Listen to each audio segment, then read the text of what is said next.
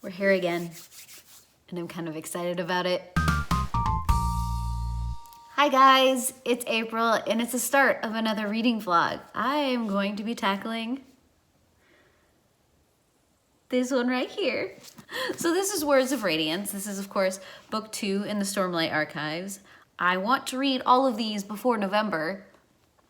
I fell a little bit behind. I was supposed to read these last month, but I figured now would be a good time to start back into this. I know I have a junk ton of books I need to read, but I'm feeling this at the moment, so I'm gonna take the next couple of days and kind of just plow through a reread of Words of Radiance. I was thinking about doing Oathbringer. Yes, it is Oathbringer. I always want to say Oathbreaker, but that's not right.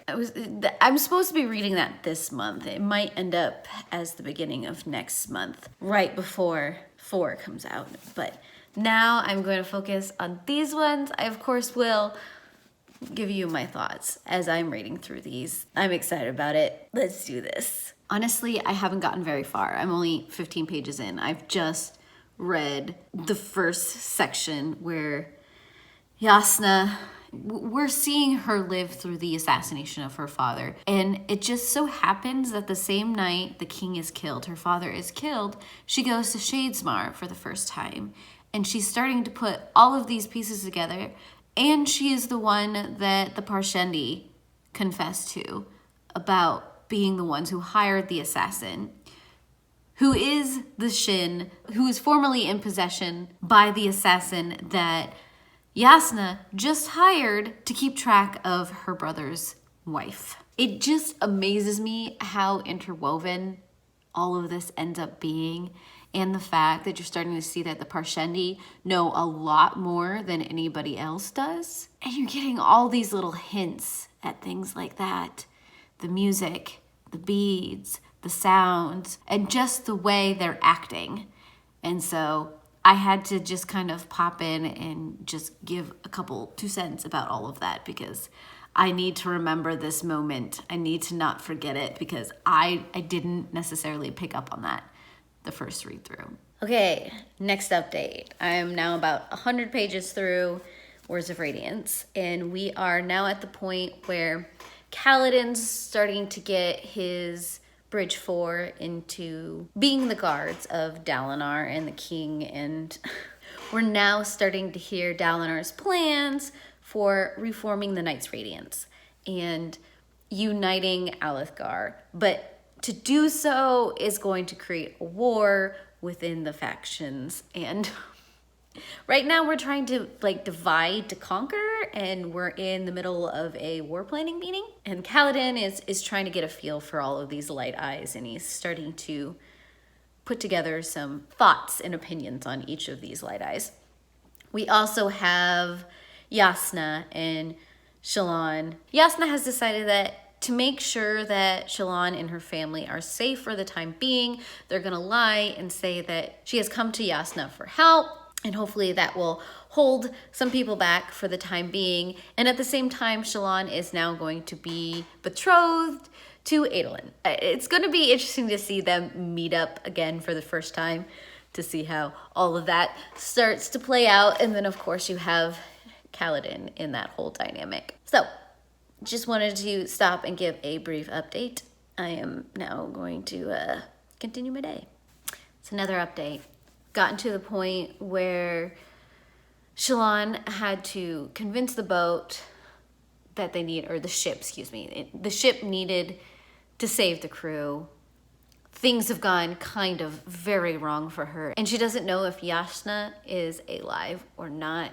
And so she's on her own trying to figure out all of her powers, and she now has a spren that she's calling Pattern, who's slowly becoming her bonded spren. Now on the other side, Kaladin and his crew are trying to train and work on his powers and possibly teaching others how to use the same kind of lashings and things that Kaladin has kind of figured out, because he is bonded with Syl, and Syl is talking about the fact that there are other Spren who are trying to connect with other people because there's this big danger coming. And so we're getting hints of what is to come, and the fact that Shalon and Yasna and even Kaladin are part of this bigger picture that's starting to come together, grouping around the concept of these Spren and how the Spren are coming back and they're gaining consciousness. Things are coming. Things are coming. This is the point, I think, the first time I read through this, that I was very concerned. I get concerned through most of this because a lot of things always happen. But it's also at this point where you're starting to realize some of these connections and trying to put things together, and it's fascinating, and I really, really, really, really like it. Nis is helping. Can you tell? So I just got through the first chunk of side stories. Interludes. They call them interludes. I don't know why I can't ever remember that. But we get to see a little bit more about the Parshendi and their different forms, because they do technically have different forms to match the current state of life that they're pursuing, which I find very fascinating. And they've possibly discovering a new form that's an elevated form of war form that's called storm form. It's gonna get messy, guys. And then we also had a few other side stories that brought back some of the characters from the first book, so we get to see kind of where we're at and then how they start to interweave with what's going on now, which is really, really cool. I like it. And with all that being read, I'm about 200 pages in at this point. I am feeling ridiculously antsy right now. I don't exactly know why. I think I might have had a little bit too much caffeine. My whole body is buzzing and I just kind of like want to aggressively just like start moving. I'm gonna go and figure out how I can kind of tamper all of that down, because it's not very conducive for trying to concentrate and get work done. But I'll continue to update you as I get more read. So this is probably going to be my last update today from down here. I am now 284 pages through Words of Radiance. We're getting to the point where Kaladin is starting to realize that his powers might not work in certain circumstances. It's all based on his motivation, and the fact that while he has fought several shard bearers before, that doesn't mean he's an expert. He kind of just got his butt handed to him, which is appropriate because having a character who's all powerful just kind of like kills the excitement of a story plot, I guess. We also have Shalon, who is dealing with slavers because she needed someone to carry her to the Shattered Plains and get her there safely. She's starting to find her own confidence in this event, which Shalon is starting to become the character that I really, really enjoy. Plus, we also have Pattern that's starting to slowly divulge information about Spren and how they interact with the world and how they exist. Pattern is actually a scholar, which is why he has come into this plane of existence, but he does have a very deep-rooted fear that at some point Shalon is going to end up killing him, because that is what has happened in the past. So we're starting to make these connections between Spren and the Knights Radiance of the past and what all of that means. Knowing what I know about Spren and their bonding with human and how all of that works, and all the information I have from Oathbringer and the rest of this book, I know where all of that is leading, and it's hard not to just like shake everybody and be like, here is the full history as I know it right now. This is why Spren do not like the shard blades or the shard plates. This is why the Parshendi were trying to assassinate the king. We were trying to stop the lesser gods. It just so happens that the lesser gods are Spren, which we did already get that release here. Syl admit to Kaladin at one point saying that she is a god. Well, she's a little bitty piece of a god. And then we have the Parshendi, who we're talking about in the interlude, that the whole point that they had the king assassinated is because they were trying to stop the lesser gods from coming into being, because that is the catalyst for everything else that is about to play out. So the first step is the Spren coming back, creating those bonds, starting the whole Knights Radiance kind of thing all over again, which means Dalinar may or may not be stepping in it as he tries to reform the Knights Radiance. That's a terrifying thought. Oh my gosh, I totally forgot about Shalon's backstory before she started this whole big adventure, even into her young childhood with her father and her brothers, and why she is connecting with the Spren that she's connecting with. There's so much there. I completely forgot about it. I mean, I remembered her father and the not goodness with him, but I forgot about some of the even further back history. Yeah. Okay, we're back. Different day, same book. I'm about 360 pages into this now. We've seen Kaladin starting to learn how to ride a horse, which I absolutely love that scene. Kaladin is very much willing to go in whole hog, and even if he makes a fool of himself, he has something to prove to himself. So if he's got a fear, he wants to conquer it, even if that means he ends up flat on his back, staring at the sky, which I like about him. We also have Shalon, who's still trying to make her way to the Shattered Plains. She has convinced some deserters and of course the slavers to carry her to her end goal, but we've got Tin, who doesn't believe she is who she is. And so she's convinced there's some kind of con going on and she wants in on it, which is interesting. And we're starting to get a little bit of Adolin. He's starting to realize that he has never really had any true friends as he and his father and his family start to try and divide and unite all of the High Princes. And in the process, he's starting to be ostracized by his familiar groups. And other people are being told not to duel him. They're being given other incentives not to duel him. So their plan is starting to kind of fall apart a little bit. And Adolin's starting to do a lot of growing because he really needs it. Kaladin has always pointed out the fact that Adolin does have some good qualities about him, but he still is very juvenile in a lot of ways. Even if Kaladin is younger than Adolin, Adolin acts younger than Kaladin. And before I forget it, we finally have Kaladin confessing to Dalinar about his past, about his original battle in earning a shard plate, and the fact that he was betrayed by Amaran. Amaran took out all of his people who had survived, branded him as a slave, and now he's dealing with the fallout of that, and he has this grudge. Dalinar is thinking as a politician, which makes sense for his position, and isn't going to necessarily run at Amaran and confront him about everything. He can't take Kaladin's word, and Kaladin in his mind knew this is what was going to happen and has a little bit of anger towards Dalinar and Light Eyes because of the way they do all of this political posturing and how they deal with situations, not necessarily like full frontal.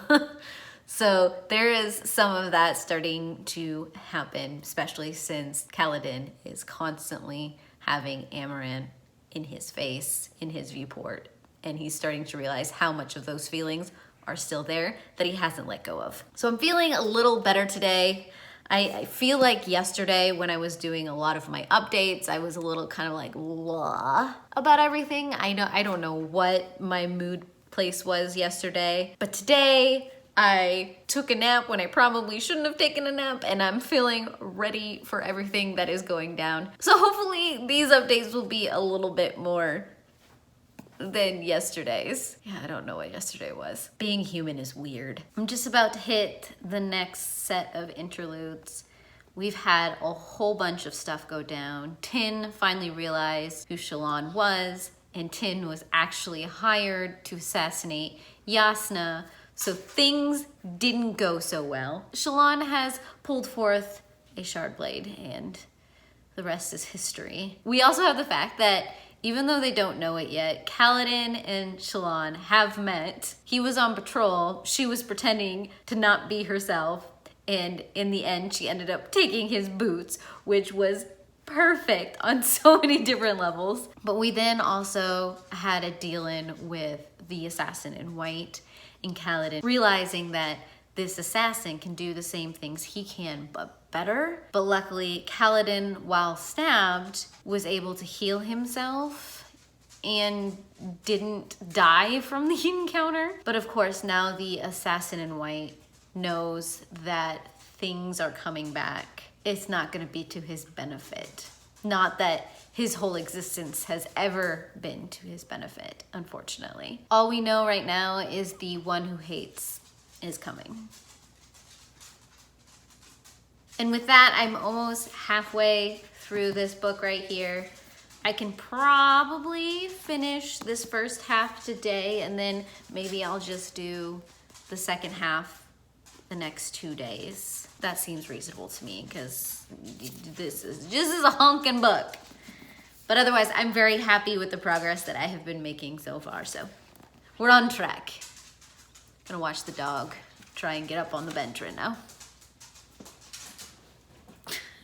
It's always an adventure to watch. Haven't quite finished this half yet, but I wanted to stop here. I don't know how much more I'm gonna actually read today. I wanted to get this finished, but I don't think I'm going to. But we are getting into Shalon and what some of her abilities of lying and truth-telling are. She can change her appearance, which is really kind of cool, but it's more like adding a mask to herself more than anything. But she's using this opportunity to figure out who hired Tin, which just so happens to be the person who was sent out to assassinate Yasna. And of course, all of that came flying out. We also have Kaladin, who's just accepted Renarin into his camp. Because Renarin, he is supposedly an epileptic, and so none of his family has really let him be a soldier, and just because of the way their culture is, he doesn't feel like he's accepted, and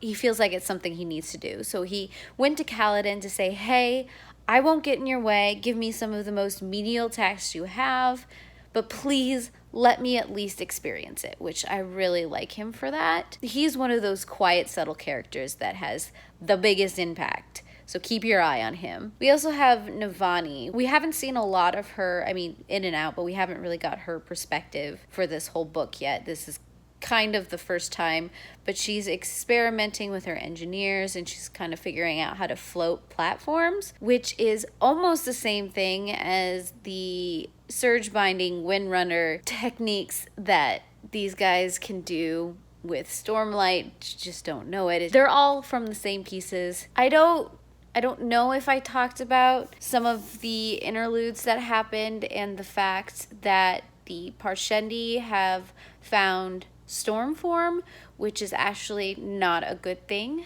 It's actually connected to the Voidbringers, connected to hate, connected to all this not very much goodness.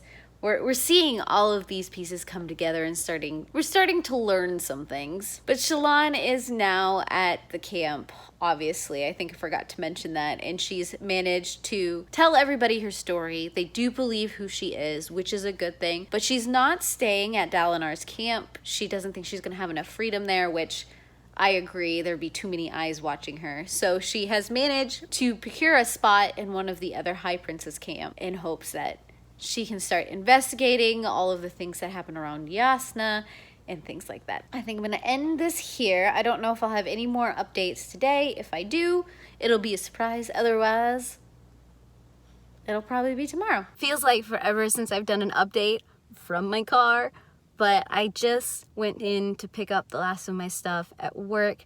I'm officially going to be working from home for the rest of my career here with this company, which is kind of exciting, kind of sad, but I will definitely be coming back every once in a while.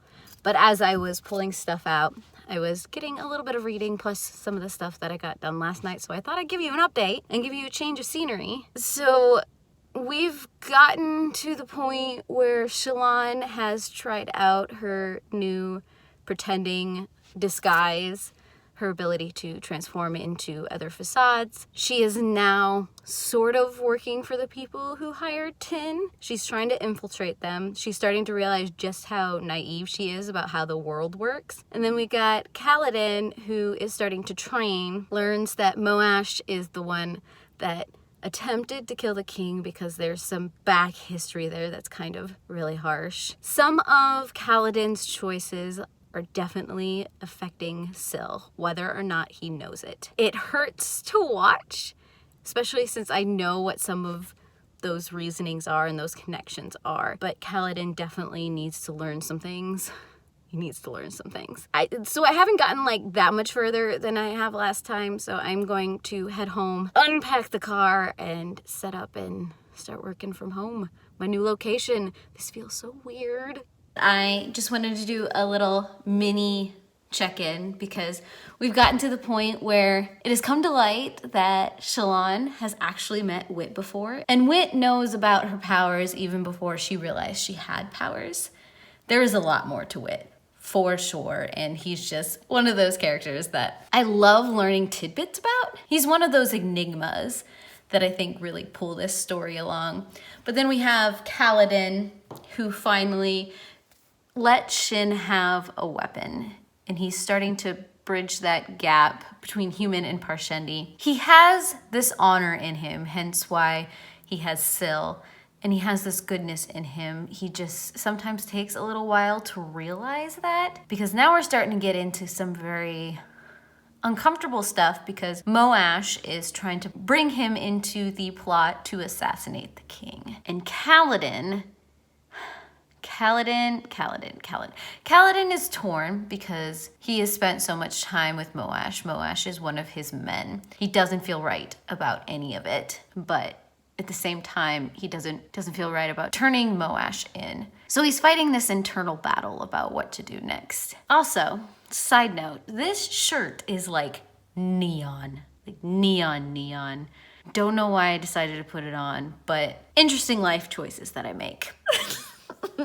Okay, I had to come on because, oh my gosh, Shalon. I love the heck out of Shalon because she's just got this like wit and non-conformity about her that just, anytime anybody interacts with her, I know I'm gonna laugh at one point or another. But this time she's with Adolin. She's trying to make sure that, you know, he's excited about possibly marrying her and trying to figure out how she's expected to act to make sure that this happens. She gets Adolin to talk about this amazing bridge run where he thinks he did this like epic thing. And in the middle of it, instead of following the script that a lot of girls, a lot of women in Adolin's past would have gone in digging into the more heroic events of this run, out of nowhere, Shalon's like, what if you have to poop? And I just lost it.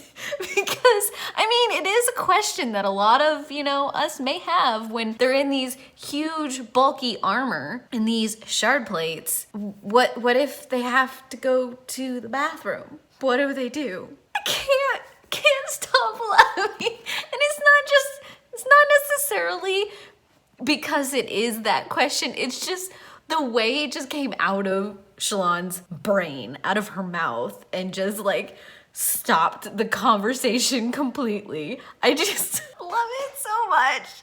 That is all. That's the only reason I needed to talk to you guys. But I have to poop. Okay, well, part 1 is done. We've just had Adolin take the place of his father Dalinar when meeting the Parshendi delegation on possibly brokering peace, but because they have found Stormform, they're like, no.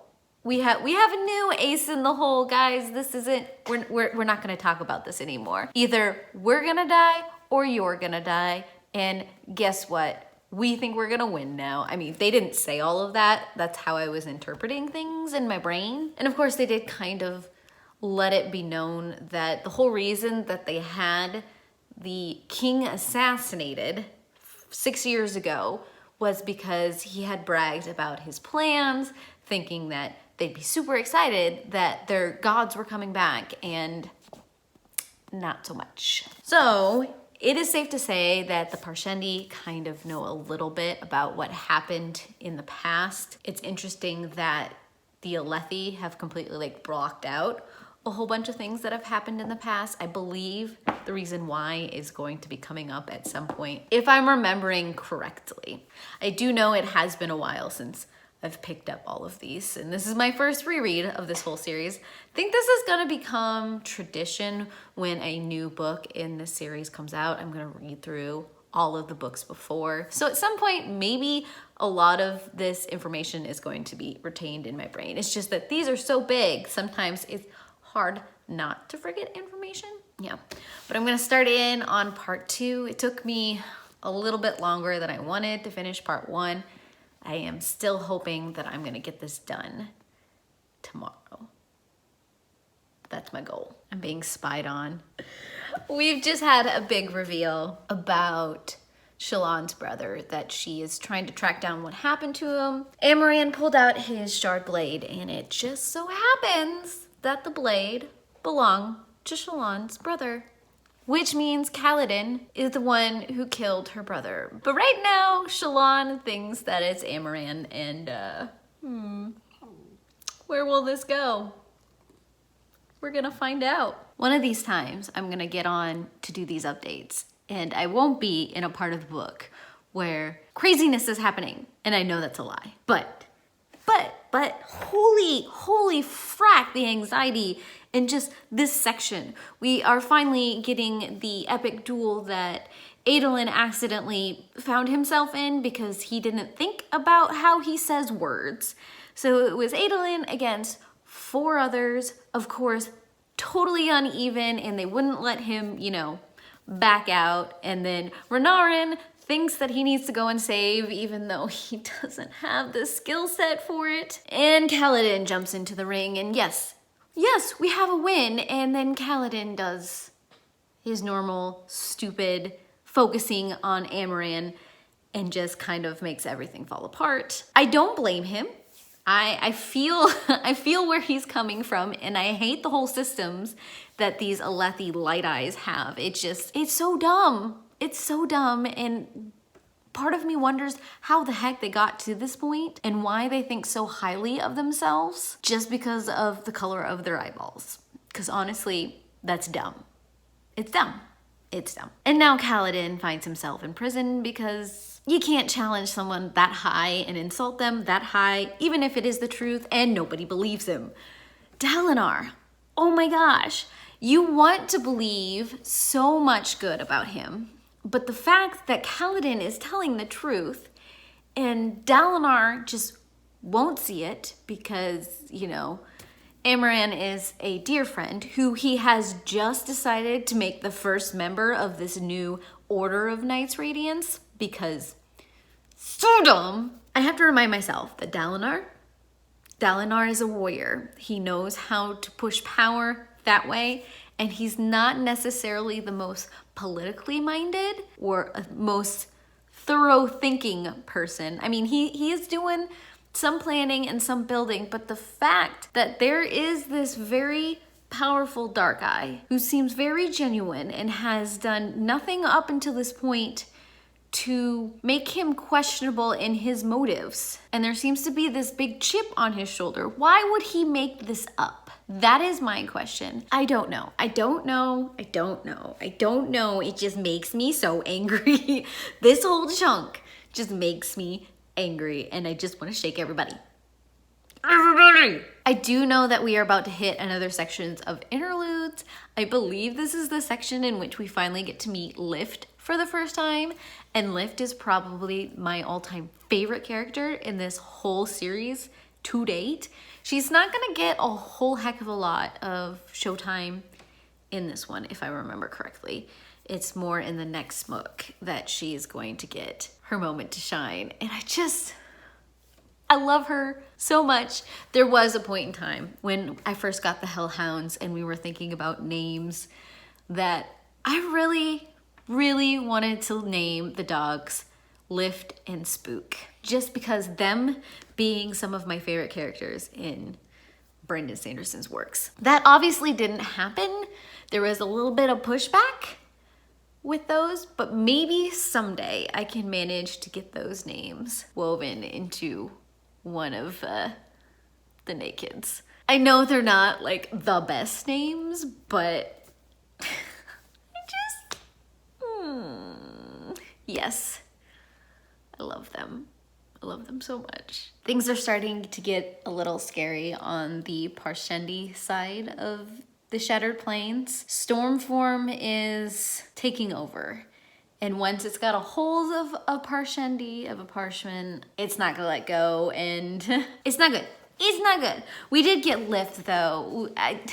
There are some things I didn't remember about her, but I love the fact that she's never over the age of 10. She's never over the age of 10. And how she calls her power awesome. She turned on her awesomeness. I love the way she looks at the world. It's got this really weird, innocent quality to it. And yet at the same time, it's this very wise and harsh innocence. She's a conflict of things. Otherwise, not much has changed. Kaladin is still in his jail cell. Shalon is still figuring out her power, and we got to see a little bit more of Shalon's past and her family life and all of those wonderful, wonderful memories. So yeah, it's not good. I'm about halfway through the second half, so 75% of the way through Words of Radiance. At this point, Kaladin has been freed from jail, is agreeing to Moash's stupidity, has given a shard to Moash. Syl is reverting. There was an assassination attempt which led to both Shalon and Kaladin falling into the chasms on the Shattered Plains. They are the only two that survived, both of them most likely because of their Sprin. But during that incident, when Kaladin tried to pull in Stormlight, had called for Syl, there was some screaming, and now he has no idea where she's at. And he can't pull Stormlight in anymore. So he's not 100% sure what's happening. So we have Shalon and Kaladin stuck in the chasms. The way the two of them play off of each other, I love their dynamic. And Kaladin is slowly really coming to like Shalon. And the way it's happening, I think it's one of my favorite tropes. You know, the kind of enemies to lovers, the bullying to lovers kind of deal. They're just cute. I think both of them are so cute. But now we've got a chasm fiend who has trapped them, and Kaladin is going to sacrifice himself because he knows he can't do any of his surge binding or anything anymore because he can't pull in Stormlight. But where I've ended, Shalon has just given him her shard blade. And so she's kind of revealed even more of herself to Kaladin. And when Kaladin took the blade, he didn't hear screaming like he normally does when he touches blades like this. He doesn't know why that is. He's making assumptions on why that is, but that's all I'm saying.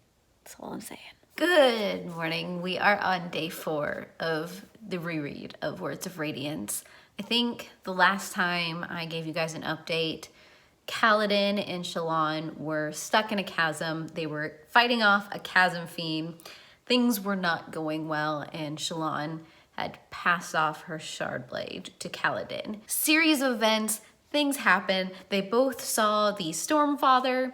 According to Stormfather, Kaladin has killed Syl. So Kaladin is a little bit devastated. Not 100% sure he's quite realized what he's done. It's getting there though. Both of them have survived and pulled through, and then we also saw a little bit of Shalon's past and the fact that she had to poison and then strangle her own father just for survival almost, because her father was not a good man at the end there. But you also see the conflict within Shalon because he had his moments and it did seem like he truly loved her, but he just had this darkness in him that ended up him lashing out and killing so many people. With that said, we also hit another section of Interludes. We saw a little bit more of the backstory of course, the assassin in white and who's pulling the strings and how all of that's going down and why all of that is going down. It's interesting because there are so many people in this story that have a lot of the same information and they're getting the same messages, but they're interpreting it differently. They all seem to have the same end goal, but they don't see each other as helping that end goal, if that makes any sense. Otherwise, Shalon is going to go back out into the Shattered Plain. She's going to map out the plains because she now believes that that is a remnant of a city and there's a pattern to it. There's like, I've only got about, I don't know. Let's see. I'm on 375 of part 2. I have maybe 200 pages left. I wasn't going to pick up Oathbringer right away because I've got a lot of other things to read, but we'll see how I feel when I hit the end of this book. And my chair is super squeaky. I don't know if you guys heard any of that as I was talking to you guys. If you did, I apologize. But I guess these things happen. My life is a mess. Well, several things have happened. I've gotten to the point there where Shen is back and he is telling Dalinar in Bridge 4 more about the Parshendi, and they've discovered the red eyes, the storm form, and now Shen is very much concerned that everybody he's known has been replaced with monsters, which, not wrong. Shen is dealing with the fact that his people may be gone, he may be a traitor, but he doesn't necessarily know what to do with himself because of all of these things happening. And at the same time, you have Kaladin, who is stuck back at camp, who is gonna have to start making some decisions on Moash and the assassination of the king and the attempt thereof, and what all of that will mean and how that'll affect him, and he's got some choices to make. Shalon has, of course, finally come out to Dalinar about Yasna and her powers and the fact that both of them have these abilities, and maybe it's not Dalinar's task to reform the Knights Radiance, maybe he's just supposed to find them, because it seems that these powers are manifesting and it's just a matter of bringing them all together.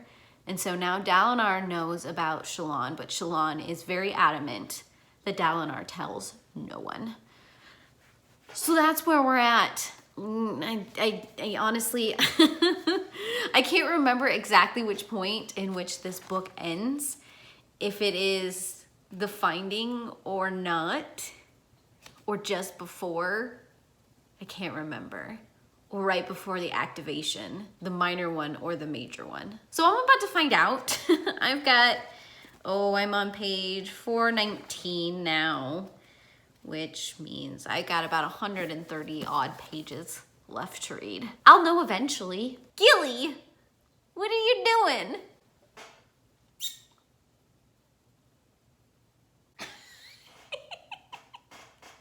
Where do I even start? I'm done. Kaladin is now a Knight's Radiance. Syl disobeyed the Stormfather, came back, bonded with him, words were said, things happened, it was cool, he glows, light eyes, he flies, they're wind sprints, it's cool. I think I said it's cool like 7 times there. We also have Shalon, who has realized some of the truths about her past that she has chosen to hide and not to acknowledge, and at this point, so that she can be part of the Knight's Radiance, they had to come back. And so now she understands a little bit more about herself and what all went down. Her truth has shifted. She now knows why her dad was the way she was and how she became bonded with Pattern in the first place. Then we have Renarin, who everybody thought was this unfit man who we all thought had some kind of medical issues, when in truth, he was a Knight's Radiance as well. They were just all of different orders. And of course, Dalinar had to be Dalinar and bond with the Stormfather, just cause things needed to happen. So in Erothiru, we have at least 4 orders of the Knight's Radiance. That's starting to fall out. Of course, there's more in their other places. Yasna isn't quite in the position that, everybody thought in the whole book, which, yeah, I knew because I've read it before, but she's a little slow. She's missed a couple things, but of course now we're also seeing a little bit more of Wit and how he ties into everything, and The interaction between Wit and Yasna is just... Wit can only pull out the best of people, just because that's the way he is. I mean, there's a lot of other side shoots that start to be set up for the next book, because we have the fact that Dalinar has no idea what his wife's name is and can't hear it. We have Adolin, who has just assassinated a high prince and is trying to cover it up. We have Shalon, who is starting to play a bit of this double agent, because the Ghostbloods don't want to let her go yet, and so she is gonna have some things she's gonna have to deal with. Kaladin is going off to hopefully save his parents, because this Everstorm that has now been released that changed the Parshendi into the Voidbringers is now starting to travel around, and that's not good, especially when the high storms and the Everstorm hit. It's just not good. That's how the Shatter Planes happened in the first place. We learned some truths about the Stormfather and the fact that he's a little bit broken and a little bit crazy, hence why all of this has been going down the way it has been going down. It's not good, guys. It's not good. Part of me just wants to jump right into the next book, but I got some priorities to do before I can do that. This book is such a journey. There are so many points that I hit this moment of pure panic anxiety. Even though I know how all of it goes, I still can't help but feel empathy towards a lot of these characters and the situations that they find themselves in. It's hard to watch some of my little beings go through all of this. And next book is going to be just as crazy. I hope you will go on that journey with me too. I'm going to end this vlog here. Of course, you can look forward to the Oathbringer vlog in the future, and then of course after that we have book number 4. So that'll be fresh in my mind. You'll get fresh reactions on that. Of course, you need to be subscribed down below so that you know when these videos come out. Please go on this journey with me. I can't do it by myself. There's just so much in these books. But I'm gonna end this here. I heart all of your beautiful faces. Bye.